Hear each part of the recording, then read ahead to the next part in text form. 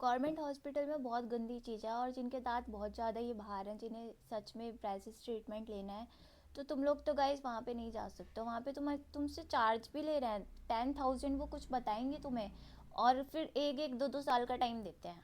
Are you stupid? मतलब तुम charge तो ले ही रहे हो, ऐसा तो नहीं है तुम फ्री ऑफ कॉस्ट सब कर रहे हो। तो इतने नंबर लगे हुए हैं तुम्हारे, तो तुम चार्ज मत करो। एक साल का किसी को तुम वेटिंग में दे रहे हो तो चार्ज मत करो। इससे अच्छा तुम 30,000 में प्राइवेट लगा लो यार। और वहाँ पे तो तुम एनी टाइम जा सकते हो ना।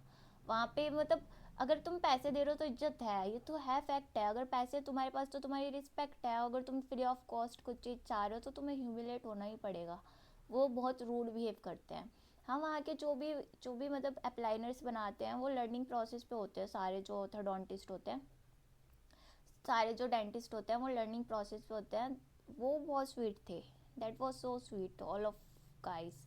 वो बहुत अच्छे से बिहेव करते हैं। लेकिन जो मेन होते हैं ना, जो मेन डॉक्टर्स होते हैं, सीनियर डॉक्टर्स, जिनसे हमें साइन वाइन कराना पड़ता है पेपर्स पे, वो बहुत रूड होते हैं, बहुत बदतमीज होते हैं, वो बहुत बकवास होते हैं, बहुत गंदे होते हैं यार, बहुत गंदे, कुछ भी बोल लेते हैं।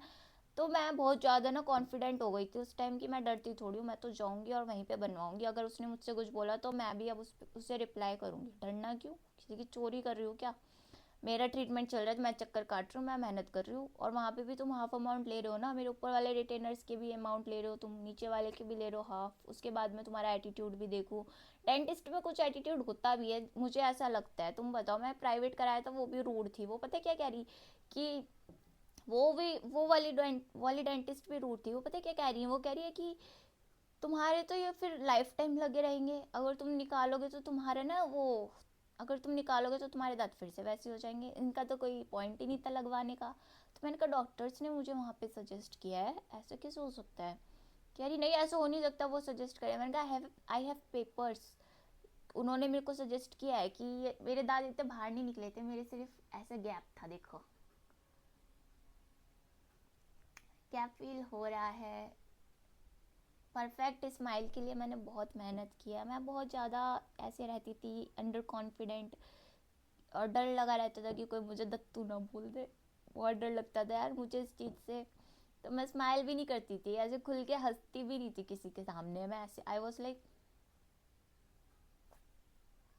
अगर मैं बहुत ज़्यादा ही हंसी आ जाए दांत छिपाने पड़ते थे मुझे अपने।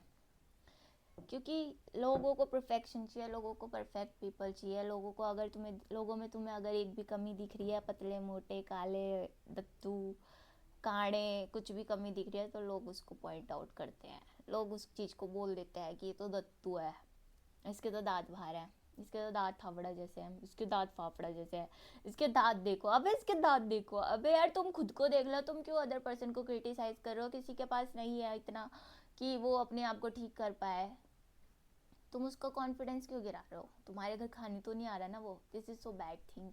बट सब करते हैं, काले को काला बोल देते हैं, पतले को पतला बोल देते हैं। दुनिया किसी को जीने नहीं देना चाहती है, दुनिया देख ही नहीं पाती कि खुश क्यों है। उसकी कमी को पॉइंट आउट कर दो, उसको बोल दो कि अरे तू तो काली है, तू तो पतली है, अब कुछ खाया कर, तू तो इतनी मोटी हो गई, अब जिम जाया कर। यार उसको पता है, उसको क्यों बता रहे हो? उसको ऑलरेडी पता है कि उसके अंदर क्या कमियां है, सबको पता होती है। तुम ऐसे बता दो ना, बहुत हैवानियत है ये।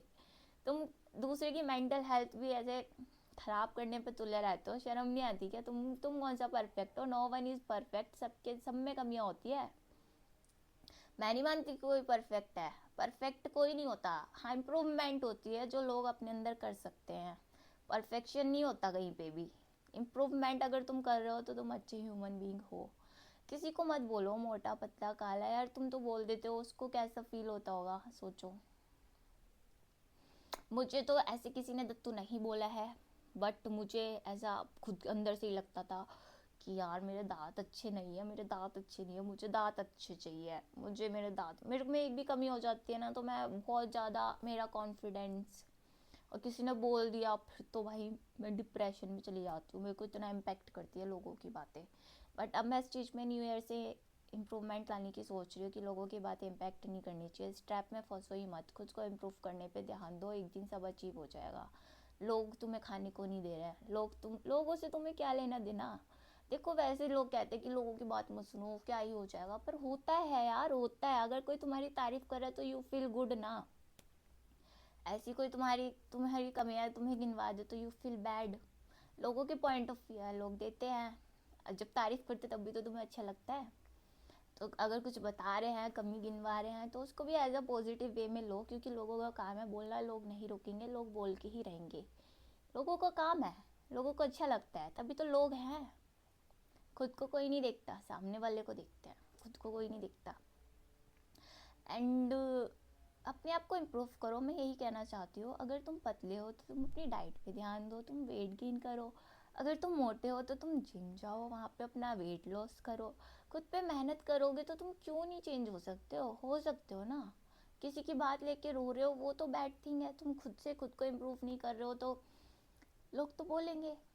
खुद को चेंज कर लो, इससे अच्छा तो यही है ना कि खुद को चेंज करो, खुद को बेटर बनाओ। मैंने भी बहुत स्ट्रगल कर लिया अपने दांत ठीक करने के लिए, किया है, मैंने भी मेहनत की है, तब जाके अचीव हुआ है ये अच्छे दांत, ये अच्छी स्माइल। ऐसी थोड़ी होगी है।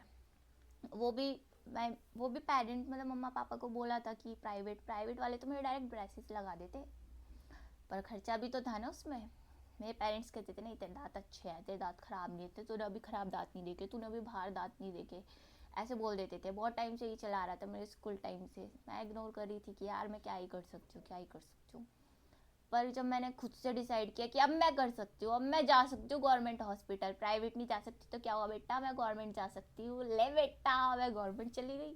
पर मैंने की ना मेहनत, मैं गई वहाँ पे, मैंने अपना सारा काम खुद करा, अपॉइंटमेंट खुद लिया, अपने डेट खुद डलवाई, डॉक्टर से खुद मिली, डॉक्टर को अपनी प्रॉब्लम बताई, उनसे डिस्कस करा कि मेरे दांत कैसे ठीक हो सकते हैं।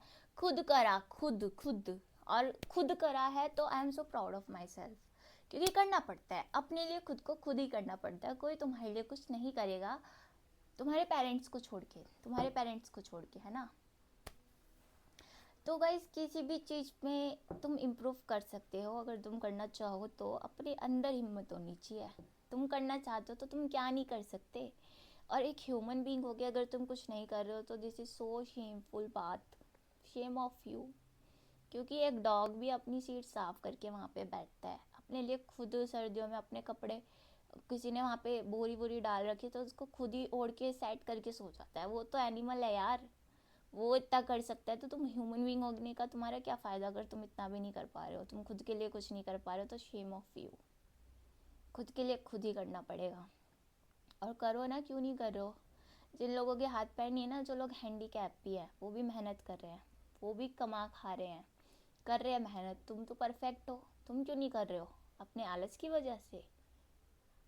एक ह्यूमन बीइंग को ना, मेरा पॉइंट ऑफ व्यू ये है, जितनी मेहनत तुम अपने टीनेजर्स अपनी जवानी में कर सकते हो कर लो। उससे तुम्हारा फ्यूचर सिक्योर हो जाएगा, तुम्हारे जनरेशन का फ्यूचर सिक्योर हो जाएगा। अगर तुम ऐसे ही रह गए, तुमने लाइफ में आगे भी कुछ नहीं किया तो धप्पा हो यार, तुम इंसान ही क्यों बने फिर। एक इंसान का जन्म मिला है तो मेहनत कर लो ना, अचीव कर लो अपने ड्रीम्स, मेहनत कर लो।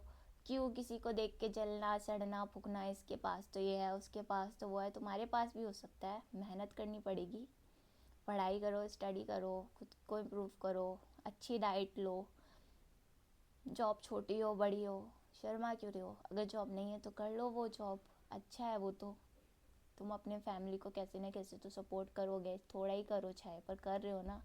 खाली बैठने से तो बहुत फार बेटर है कि तुम थोड़ा सा उन्हें सपोर्ट कर रहे हो, एटलीस्ट उनके टुकड़ों पे नहीं पल रहे हो। और गाइस कैसे मतलब अपनी स्टडी कंप्लीट करने के बाद जॉब नहीं कर सकते हो, कैसे। मैं तो ये सोचती हूँ कि तुम्हें अच्छा लगेगा कि अब तुम पूरी लाइफ टाइम ऐसे ही किसी के टुकड़ों पे पलो, जबकि तुम कैपेबल हो, तुम कुछ कर सकते हो, अपना अर्न कर सकते हो, उसके बाद भी अच्छा लगेगा क्या। तो गाइस मेरा मानना यही है कि खुद पे मेहनत करो, दूसरों को मत देखो कि दूसरा क्या कर रहा है। अगर किसी ने कुछ लिया है ना, किसी ने कार लिया, घर लिया, तो उस दूसरे ने बहुत मेहनत की है। अपने आप हलवा नहीं आ गया है।